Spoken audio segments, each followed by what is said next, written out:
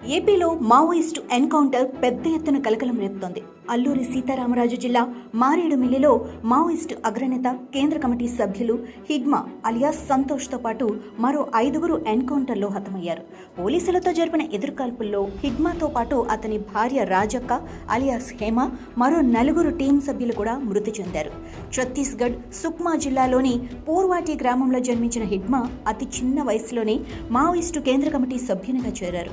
Party central committee సభ్యునిగా కూడా హిడ్మా వ్యవహరిస్తున్నారు. ఆపరేషన్ కగార్లో భాగంగా జరిగిన ఈ ఆపరేషన్లో ఏపీ ఇంటెలిజెన్స్ చీఫ్ లడ్డాతో పాటు మరో 2 కీలక అధికారులు కూడా ఈ ఎన్కౌంటర్లో పాల్గొన్నట్లు తెలుస్తోంది. హిడ్మా ఎన్కౌంటర్ తర్వాత ఆ ప్రాంతాన్ని పోలీసులు జల్లెడ పడుతున్నారు. పీపుల్ లిబరేషన్ గెరిల్లా ఆర్మీ కమాండర్గా పనిచేసిన హిడ్మా పైన ₹1 కోటి రివార్డు ఉంది. దంతెవాడ సుక్మా పరిధిలో 30కి పైగా భారీ దాడులకు హిడ్మా నేతృత్వం వహించాడు. తొలి నుంచి ఆపరేషన్ కగార్పై హిడ్మా తీవ్ర ఆగ్రహంతో ఉన్నారు.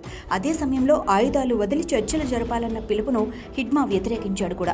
కీలక నేతల లొంగుబాటు తర్వాత పార్టీకి హిడ్మా సుప్రీంగా వ్యవహరిస్తున్నాడు. హిడ్మా కోసం ఆపరేషన్ హిడ్మా పేరుతో భద్రతా బలగాలు స్పెషల్ ఆపరేషన్ కూడా చేపట్టాయి.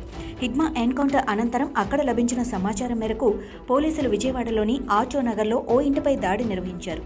సుమారు 10 రోజులుగా విజయవాడలోని ఆటోనగర్ 100 అడుగుల రోడ్డులో సుమారు 27 మంది మావోయిస్టులు షెల్టర్ తీసుకున్నట్లు పోలీసులు గుర్తించారు.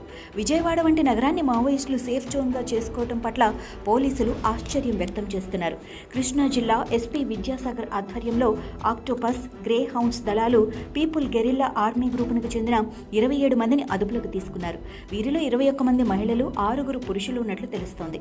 వీరిని అదుపులోకి తీసుకున్న పోలీసులు ఫ్యూచర్ ప్లాన్ ఏమిటన్న విషయంపై ఆరా తీస్తున్నట్లు తెలుస్తోంది.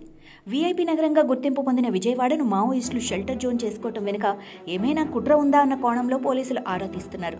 గెరిల్లా ఆర్మీకి చెందిన 27 మందిని విజయవాడకు ఎవరు తీసుకొచ్చారు? ఆటోనగర్లో 3 అంతస్తుల భవనం అద్దెకు తీసుకోవటం వెనుక ఎవరున్నారు?